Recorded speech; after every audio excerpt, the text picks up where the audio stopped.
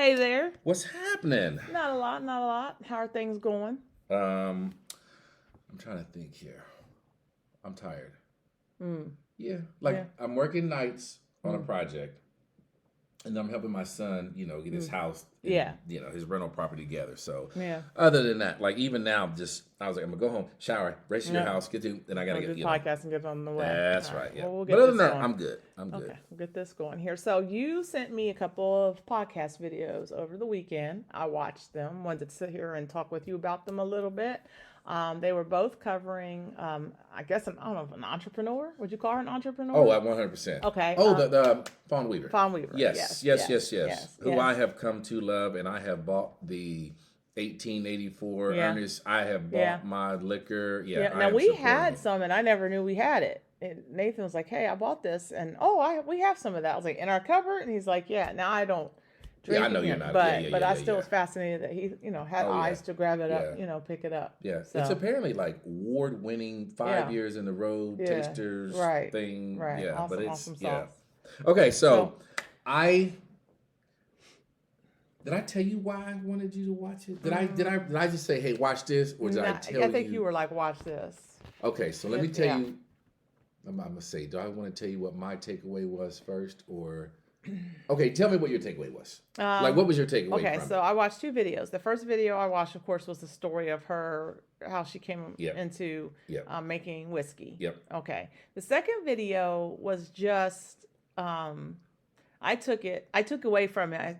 She was there with That her was the husband. podcast. Sorry, I'm sorry. from the Oh, yeah. I don't. I think it's Laterris Whitfield from Dear Future. My yeah, dear future wifey, Okay, or something like Dear Future Wifey. my future wifey. I think it's called My Future Wifey. Okay, Okay. that is a great Yeah, podcast. it is. Yes. And I've seen there was another couple on there. I didn't get to watch it through, and I can't even remember the couple, but I thought Yeah. it was another famous couple. Yeah, yeah. So Okay, maybe yeah, we'll that be, is a good podcast in itself. But that was the podcast. If you want to know what I referred to her, it was with Fawn Weaver and her husband, who I had never even heard seen of or before. yeah, yeah. And then they were in an interview, which was how long? It was about an hour. About 2 hours 2 hours. and It was like about 2 hours. 2:15, 2 hours 15 So it was about minutes. 2 hour interview, Yeah, and it is yeah. raw. It's funny too because she two things. One, I would love for us to be at that like in that space at some point where we're interviewing A Fawn Weaver. a Fawn Oh Weaver. my God! Yeah, That would be yeah, amazing. yeah. Secondly, what I took away that surprised me a little, and I think it was in the video. I watched both videos, but the podcast was that as big as she had gotten and as large as her name has gotten, and her product is, on the Yeah. shelves. Yeah. She's, making, $1 billion, $1 million Right. or whatever. Right. She still said at whatever point, she kind of prefaced at the beginning when she kind of talks about how she came into meeting her husband's mother and the hairdresser and all that stuff. Yeah. But she said that I she forgot just, about that. yeah. And she said everything she had, she said, I just wanted to be a good wife and a good mother.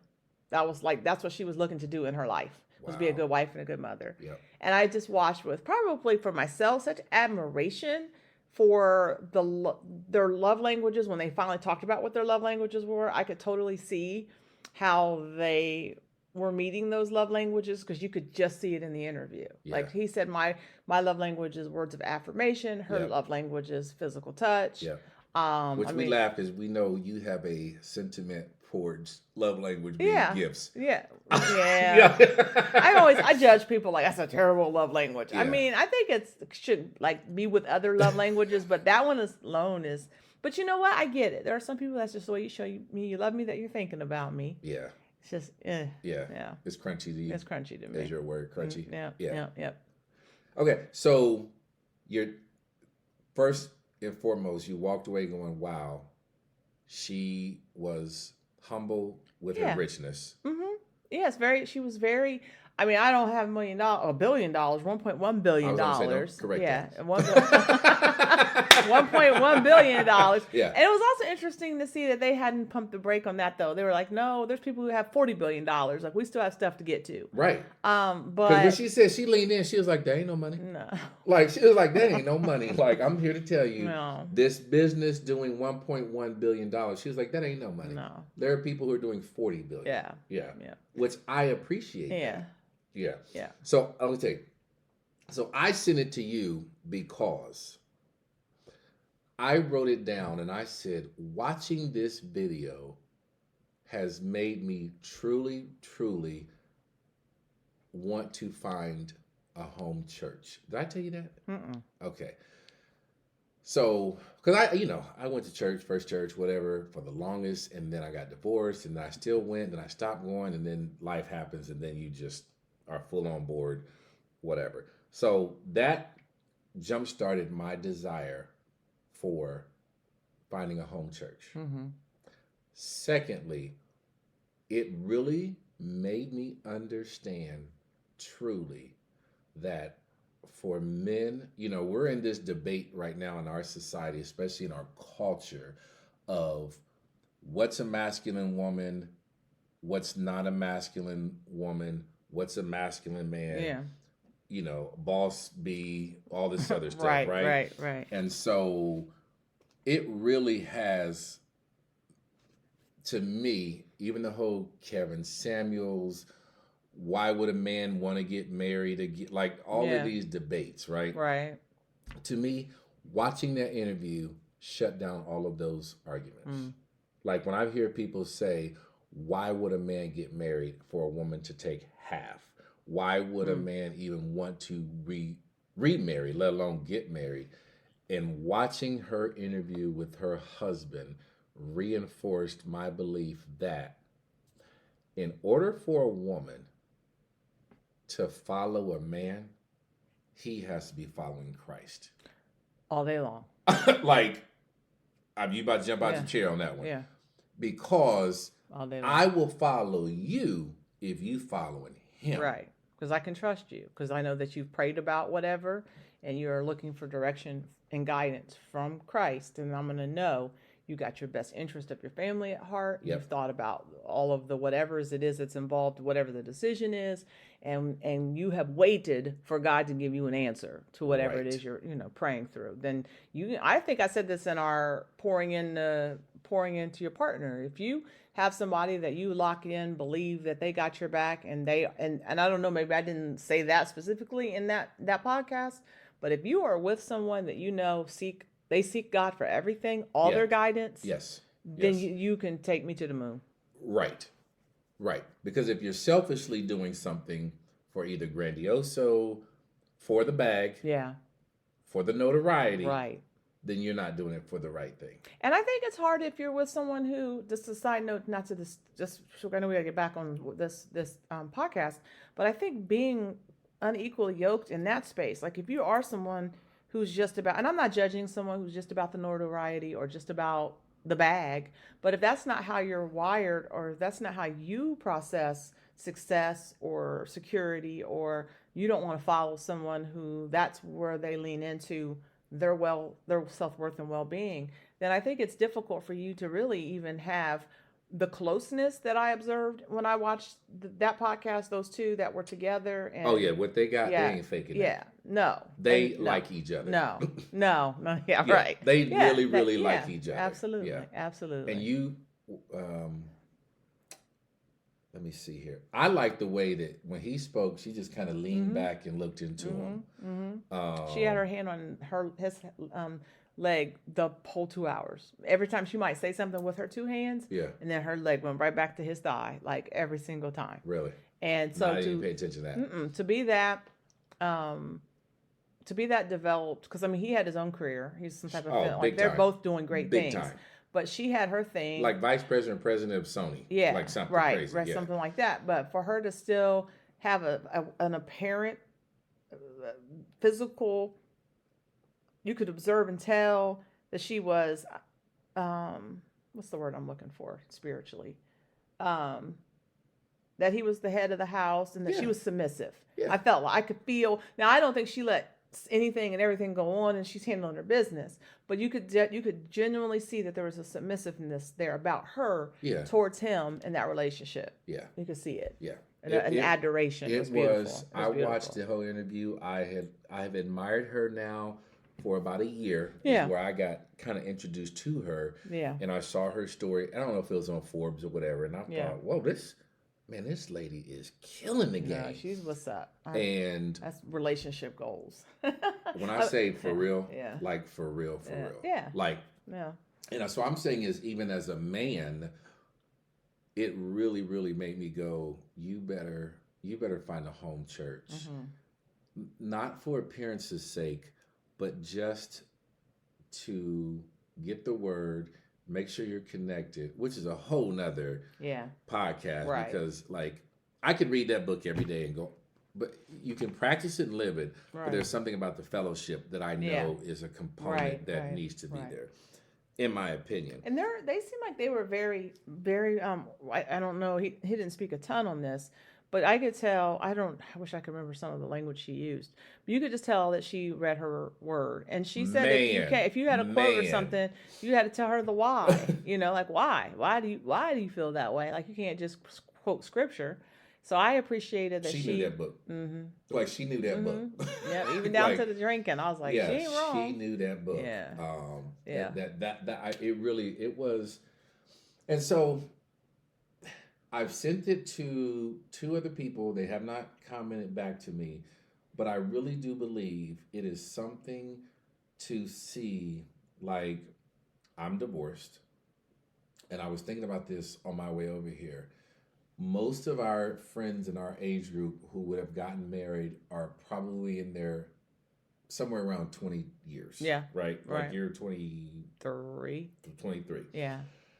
24. We've been together 25. Okay. So you're 24, right? Yep. And I was like, oh man, I'd be right around there. But what had happened has happened. Right. However, to be 20 years in, then you look at those 2 individuals who are powerhouses by themselves. Right. They do not need each other financially at all.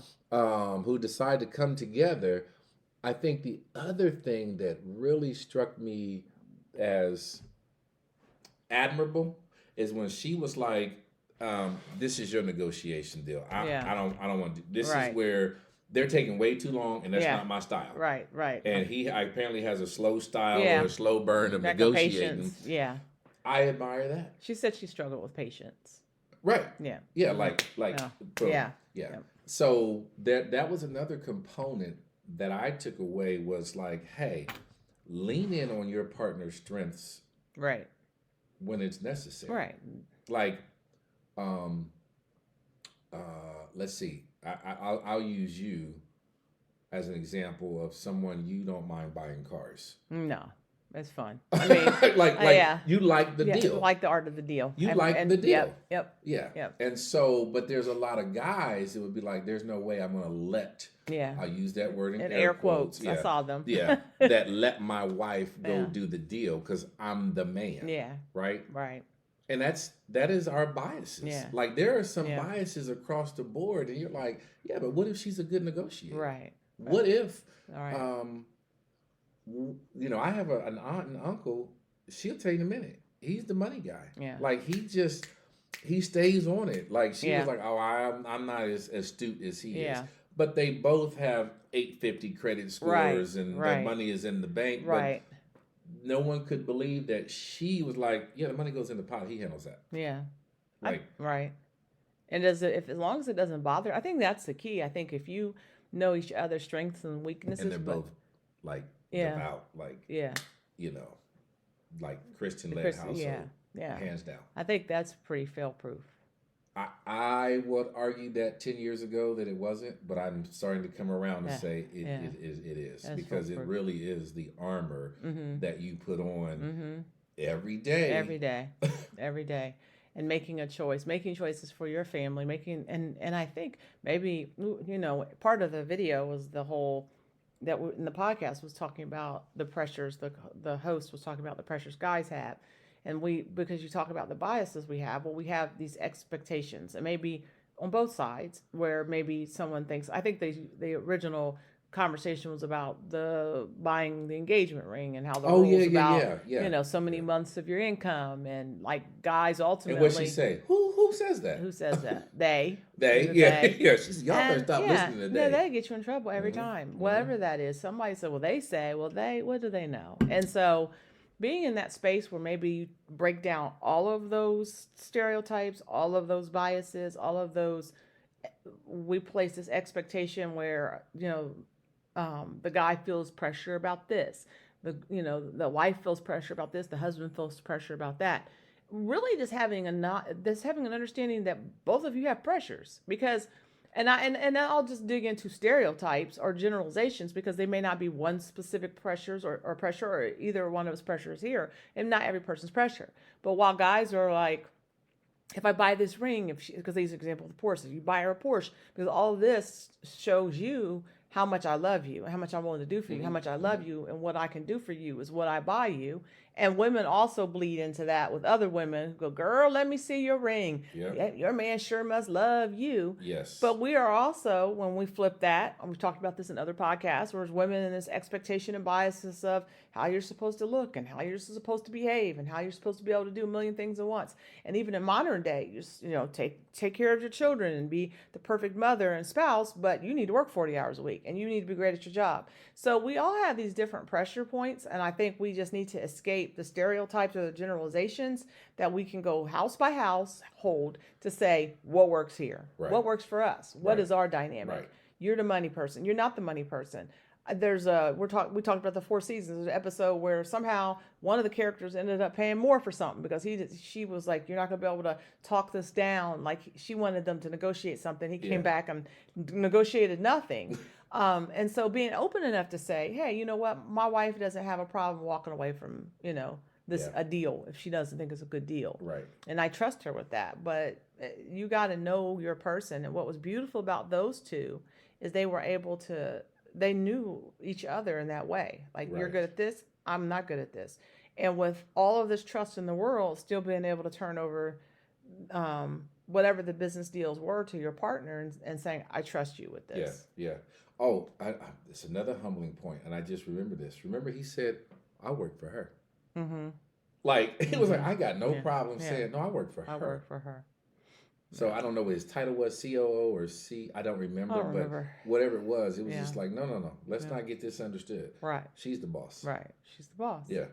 And again, there is a guy who clearly, deep voice, big in stature, clearly comes with the pedigree of his past work experiences, that is humble enough, who is not threatened by, to say, I work for my wife. Right. And this is her vision. It really, my takeaway from that, it was so many layers. Like, I remember pausing it, taking notes, like, oh, that was good. Oh, that was good. Oh, this is a good question to have. The other one was, even in our society right now, in our culture, the women who say things like, and I don't know if you've ever seen it. I have 2 sons, so I talk about this a lot. But these girls who are like, cash at me or Venmo me money so that I can get my hair done and my nails done before our first date. Really? Yeah, see, you're not aware. Yeah. Oh, that's terrible. There are women like that. Yeah. And that's like, really trying to get you, like it. Remember the whole cheesecake girl? Yeah. Right? So what I'm saying is, there are women out here. That's next level. They're like, you have to cash at me $500. I could pull up a video right now on their first date. That's crazy. I can't even imagine asking someone to pay for my services so we could go out, and we've never. And they justify, like, you want me to look good, right? That doesn't send It sends a prostitution message. Yeah, but it doesn't. And then if women are looking, and maybe these are not women that are looking for that, but when you're looking for a partnership and like just a respectful relationship with someone, it doesn't seem like that's the way to go about that at all. You're starting into gold digger mode. Off the gate. Off the gate. No, I'm not out of that loop. You got a son in college, but it is, I guarantee you go upstairs and ask your daughter, has she heard of it? My son said that they did it in high school. That's terrible. Like, so then you think about a woman who's a billionaire, or her company's worth $1 billion, who is saying, I carried the same ring. I could have bossed up my ring a long, long time ago. Who rejected a Porsche, rejected it, You Yeah, can watch. find women out Yeah, here who no. reject a Porsche. No, someone says happy birthday or happy Mother's Day. You're like, thank you. Correct. You must be okay. We must be able to afford this because you bought it. Right. That's Yeah. that's crazy. Yeah. So I mentioned those two things. And I thought, once again, it is clear that I don't think a woman of God is asking some man to send her $300. No, not at all. Not at all. And Yeah. I think even with that, I know she had talked about the watch and she made him take the watch back, and because he had gotten her a really nice watch at some point and she Right. thought it was too much. Yeah. I could appreciate that she had a value that said, we aren't banking like that for you to buy this kind of watch. Mm-mm. And they probably were. They probably were. Like, let's be honest. Yeah. They probably were. She still didn't want it. But she was like, no, yeah. we're And that, good. yeah. Yeah. I don't know. I think that part is very not business-like, but very teamish. Like, you got to be on the same page about your goals. But I don't think if both people, and I say inclusive of the male, I think if you lack humility and you're like not humility, but the humbleness, yeah. the humbleness of life, of knowing that, there's a run-in Chris Rock special from years ago where I think it was Chris Rock. I think Will Smith said it at one point too, but Chris Rock was like, I still don't believe, I still keep a backpack kind of thing, right? Because I just don't know, Right. And you should, and maybe living in some I remember place, Will Smith said, I always thought I was still going to be poor. Yeah, and 1.1 billion to her, I mean, I would be very happy with 1.1 billion, but she's like, mm-mm. So whatever your goals are, whatever her goal, whatever they've decided their goals are as a couple, whatever you decide your goals are as a couple, and being on the same page is pretty important. It's paramount in that, I think, to being able to have the successes and being able to trust your partner and being able to know, if there's a pair, sometimes there's a shift. Like, I don't know if they have kids, because she didn't really talk about that. No, she doesn't. Okay. Because that was because remember, and I don't know if you remember, she said, I realized God did not want this, not for us. Oh. And so she was like, I birthed businesses. Okay. No, is that earlier in that interview? Yeah. I missed that part. Because I know when she was talking about having met her future mother-in-law, she said, they said the lady, because she said the lady looked over in the bowl like, I want you to meet my son, because she was like, I just want to be a great mother and a great wife. Yeah, but she said it finally took her to a place where she was doing the shots. Yeah, I don't know how I missed all that. Yeah. You know what? There was a lot of in and out at the beginning of that, so I was trying to watch and multitask. Yeah. But no, she was not blessed with children. Oh, and so here's the thing that's crazy to me when I think about just saying yes to the relationship that you want to have led by God. Yes. And I don't know, like, maybe that's the key, is just being completely, I know it's the key, being completely submissive to whatever you want for your life, putting it in God's hands, asking him what he wants for you. I don't know how he would ever steer you wrong for you guys to be on the same page. But if you're not on the same page and you are not letting that be God-driven decisions, and sometimes very basic decisions, should we buy this house? Oh, yeah. Like, should I take this opportunity? Should I take this job? Should we, if you give it all to God, I think you could have the perfect relationship, because God's put a stamp on it, right? Right. I mean, if you now I'm glad you said that, because that's what made me go back to the day you get married. Right? I've said for many, many, many, many, many, many years, it's a piece of paper. Yeah, we've had conversations. Yeah, you laughing. You've had battles. Yeah. I have said it's a piece of paper. Yeah. I realize now that if the two of you stand before God and say, we are one, then what you just said validates that thought process, which is, if you are one, and he or she comes home and says, I have an opportunity, he is talking to the both of you. Mm-hmm. And like you said, you're not going to wake up and get a different message than he got. No. No. And I think that maybe... Right? Yeah. You're not going to wake up and say, I think you shouldn't take the job. And he goes, really? Because the God I serve told me... you should. Yeah, you're right. Hey, one of you wrong. One of you is wrong. One of you is wrong. Yeah. And that's an interesting perspective when you say that, because then I go, well, what? Because there's you could slice that 5 different ways, but even in the space of saying, God said no, well, he told me yes.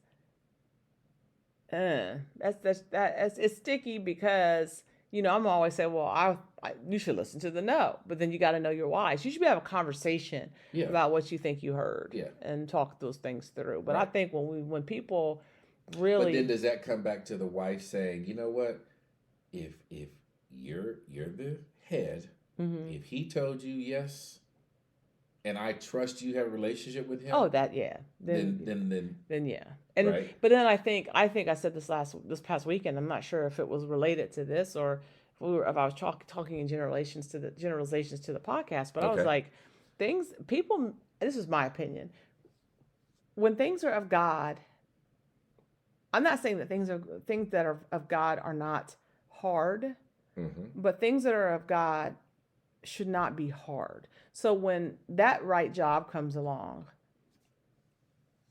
I don't believe it takes you 9 months to sell a house. Right. I believe if God wants, if this is for you, then these things will. They will align so that, I'm not saying like haven't had cancer. I'm not ever saying that we won't come through life with bumps and times, bruises, because he said we will have trials and tribulations. But what I'm thinking is it should not be painful. It shouldn't cause pain. It shouldn't cause strife or division. Anything that is causing division is not of God. Right. And we have to be this is a different script, we have a sermon. I think that is what can be tricky to us. And maybe drinking the Kool-Aid, because when we were talking, I kind of looked over at my husband and says, because he said, guys feel this pressure that show how much you love your wife, because society says that these things show you how much you love your woman. Right. And it's like men and women need to talk, but then you give me a conversation about people that are like, well, Venmo me cash so we can go out. Right. That doesn't bode. I mean, it doesn't say a lot for some women who think, maybe fall into the your man loves you, he'll do these things. Ugh.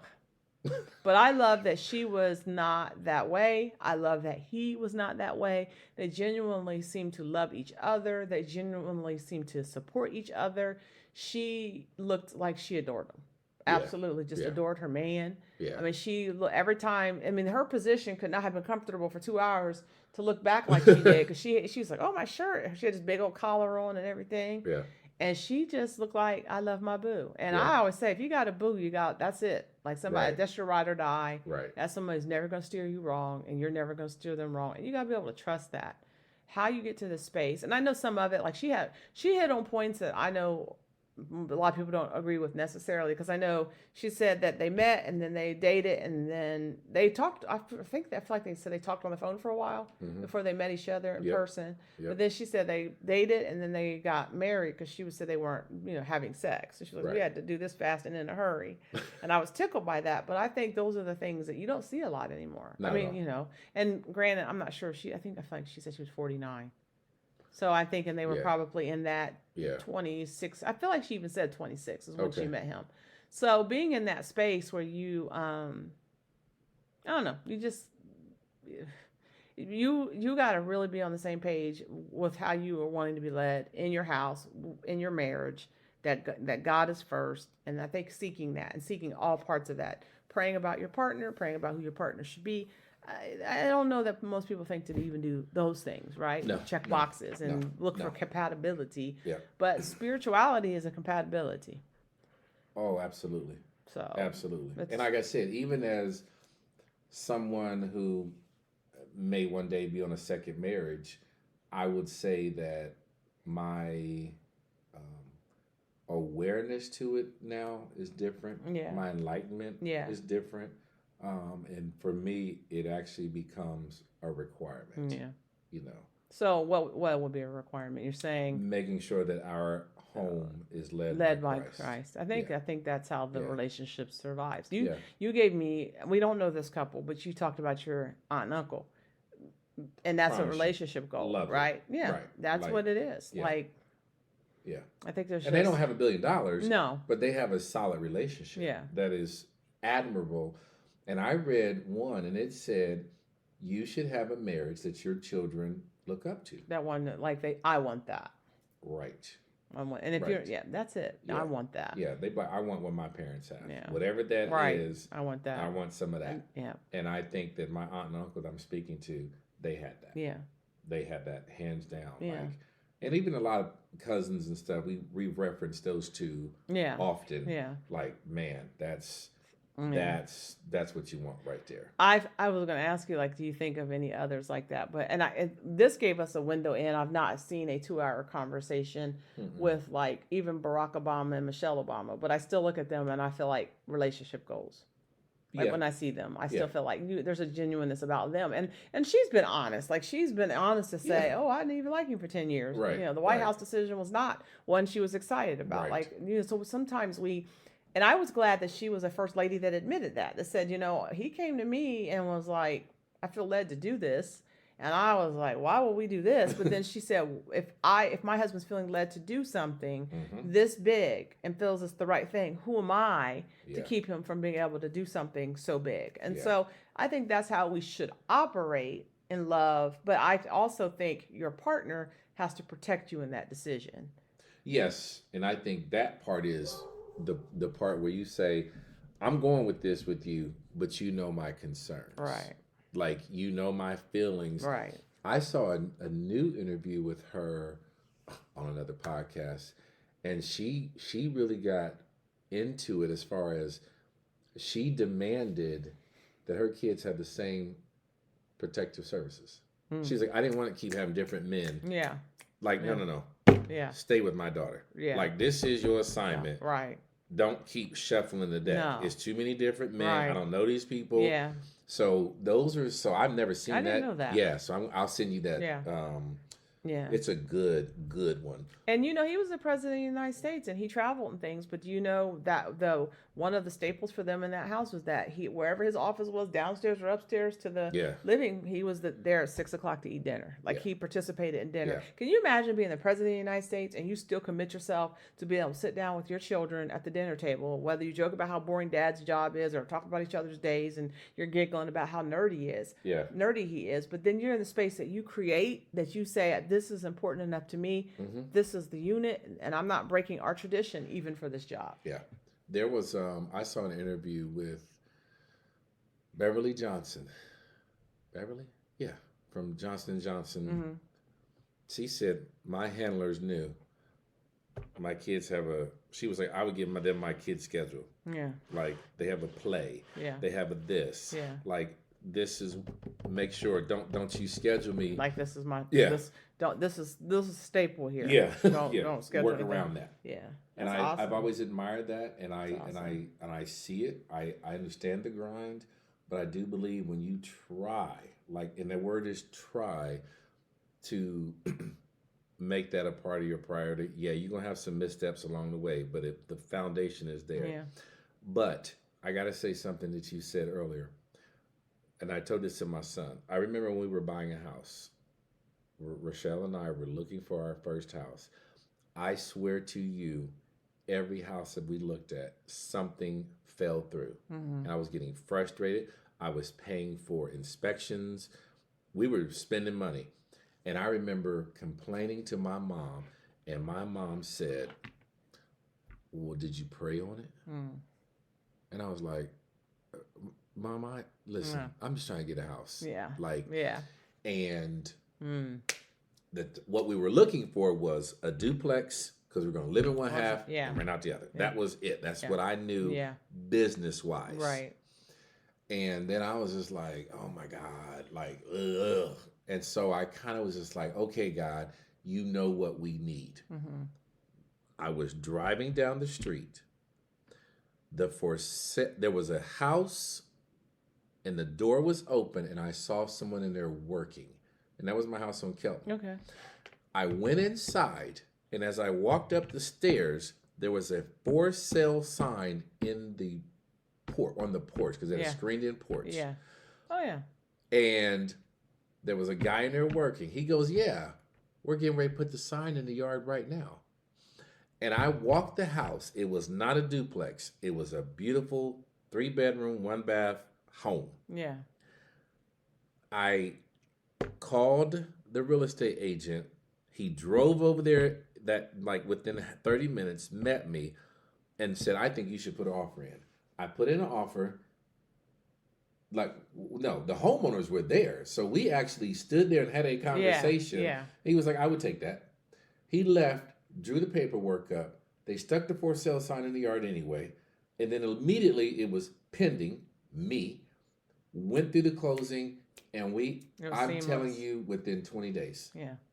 And I was like, okay, I get it. Yeah. If it's meant for you. Yeah. And don't you know that's a similar way that Haverton was purchased? We was driving around, had looked at 14 houses in 2 weeks. Yeah. And I saw that house, as they called the scary house, and I was like, this is it. Like, I believe this is the house. And that went like that. So I do believe what you're saying was, listen, if it's a job, if it's whatever, if it's for you, it will happen. It'll happen. Yeah, it will happen. And And it without a lot of... Yeah, and even if it's some small messy things, maybe sometimes God is still testing you. People go, I don't know how this happened. Yeah. But by the grace of God, boom, boom, boom, boom, boom, boom, boom, Right. and here we It's are. all in line. Yep. And that's when I know that was the Lord. Yeah. Because you might have some friction, but if everything's like, Yeah. why isn't this working? Why did, you're like, Yeah. maybe this ain't what it was for. And I feel like I feel like that was the only podcast I saw this week, but I like that he kind of hit on, like, if you have, like, anybody who is wealthy, I think he said this. He was like, anybody who's doing well financially had a good. I'm being like kind of partial to being the female, but I love that he acknowledged it. If there's a success, like he was acknowledging his success, that it came from. He's like, you gotta have a good woman by your side. Facts. Like, yeah, Facts. yeah. But then that goes back to the he who finds wife finds favor. Yeah. Right. A good thing. Yes. A good thing. Yeah.